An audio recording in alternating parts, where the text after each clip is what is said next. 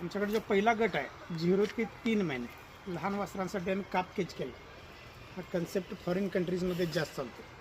तर दूध पिणारी वासरं आम्ही एका ठिकाणी ठेवतो 0 ते 3 महिने. इथं का त्याला ठेवायचं, तर जनावराला 4 पोट असतात. त्याचं पहिलं पोट फक्त दुधाचं पोट काम करत असतं.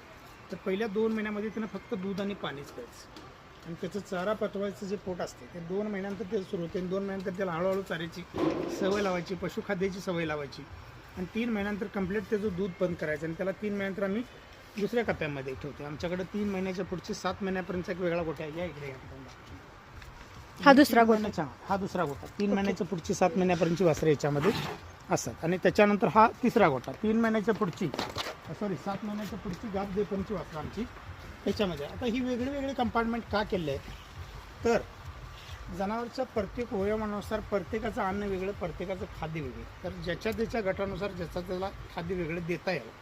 दूध देणाऱ्या जनावरचं खाद्य वेगळं असते, लहान वासरांचं खाद्य वेगळं असते, गाभण जनावरचं खाद्य वेगळं असते. तर ज्या त्या वयोमानानुसार ज्याला त्याला वेगळं खाद्य देता यावं यासाठी वेगवेगळे आम्ही कप्पे या ठिकाणी केले.